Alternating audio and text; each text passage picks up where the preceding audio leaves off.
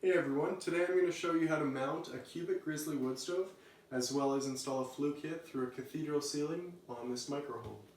So first you are going to attach the mounting equipment with screws to a wall, so you want to mark out where you need to drill your holes.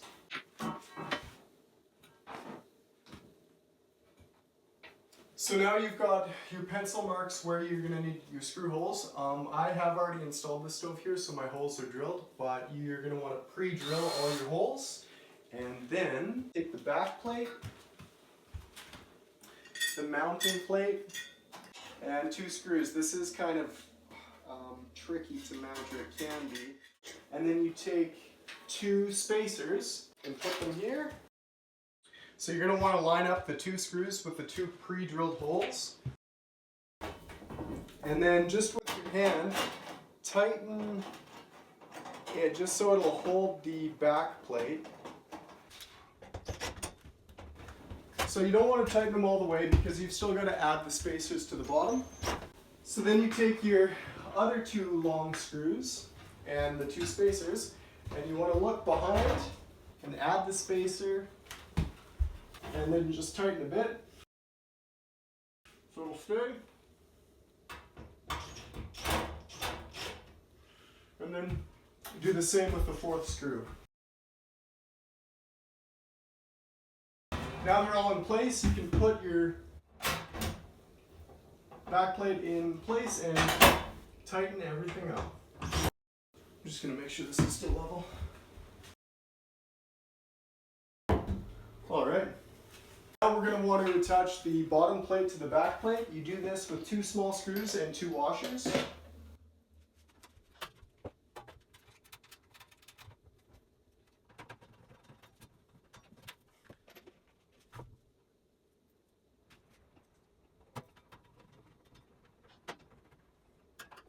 So now, the cubic Grizzly comes with 4 screws for the mounting plate. I took the bottom 2 out and loosened off the top 2 so it just slides in nicely.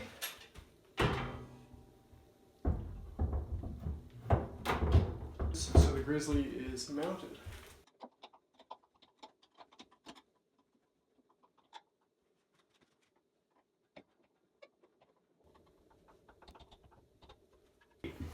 Okay, the next step is to screw the bottom plate to the legs of the Grizzly.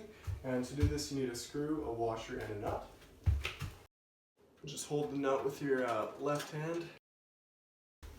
Okay, the next step is to install the flue guard. As you can see, I've already cut a bit of wood out so I know where it's going. To do this, you're going to need a long screw and a spacer and a drill.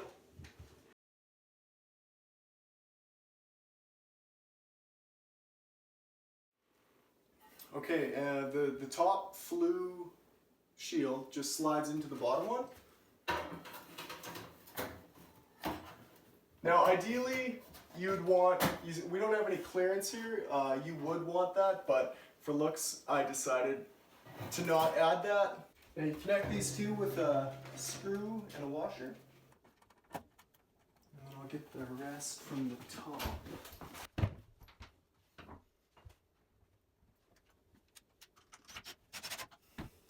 Okay. The last step of installing the wood stove mount is adding the side guards. They just slide on top of 2 screws. So we'll put those 2 screws with washers in and then slide it on.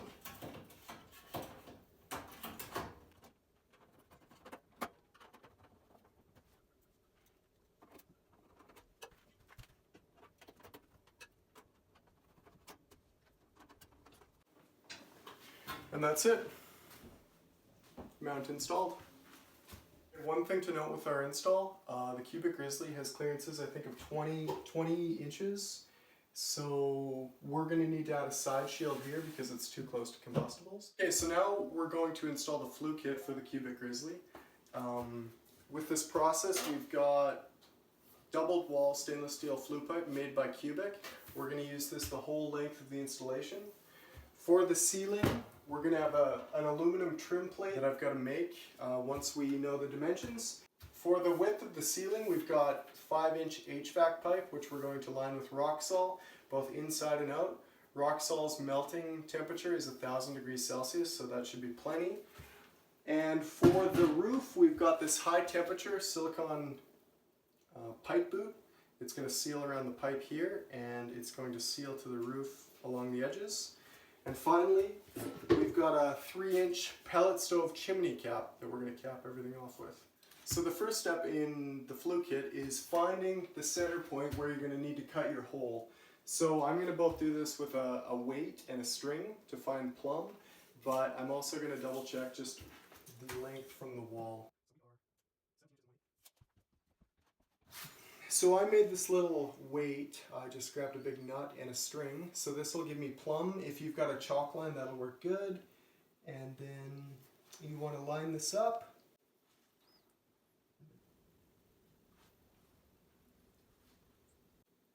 So that looks good right there. Just wait for it to stop moving so much. So that's going to be our mark. Okay, so to drill, I'm going to drill a 3.5-inch hole. That's the biggest hole saw I have. I'm going to try and drill it plumb. So I've got this drill bit to make a starter hole, and then I've set up my hole saw. Here, I'll just drill it first.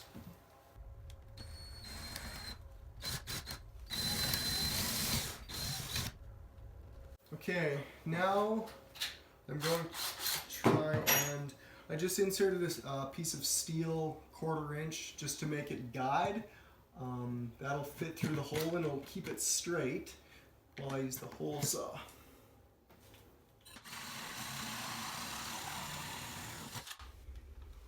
Whew. Nice cut.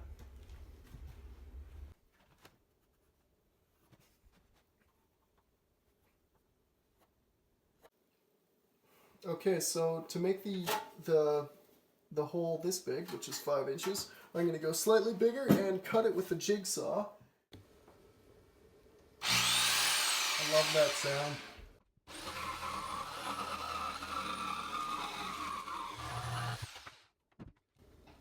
Right on! So the next step after we've drilled the hole is to remove the insulation. For the ceiling, we have pink fiberglass insulation. It's run on a 2x12 rafter, and then there's an air gap, so the roof is vented. I'm going to cut it out.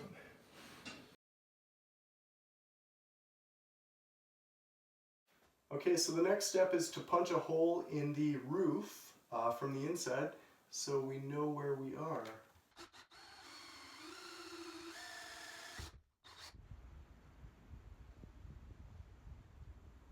Next step is to cut a plumb hole through the top. I've got my pilot hole here, so it should be very easy. Okay, last step is to use the hole saw to create another 3.5-inch hole from the top.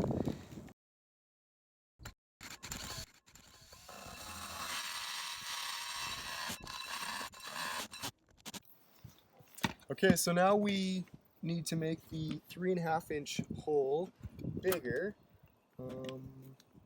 to a 5-inch hole so we can fit the HVAC pipe into.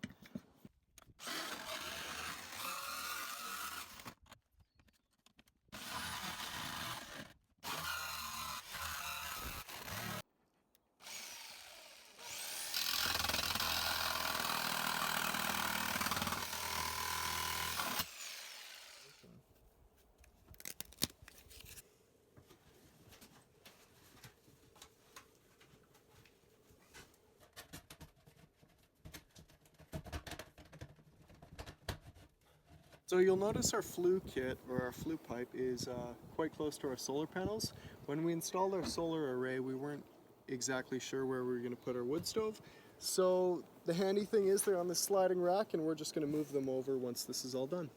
The next step is to install the pipe boot over the Flue kit to create a watertight seal with the tin. And to do that, you just slide it over the top like this. And We're gonna attach this to the tin roof with roofing screws, and underneath here we're gonna put a bead of high temperature silicone caulking, and we're also gonna put a bead right here. Okay, got the silicone on. Next step, putting the pipe boot.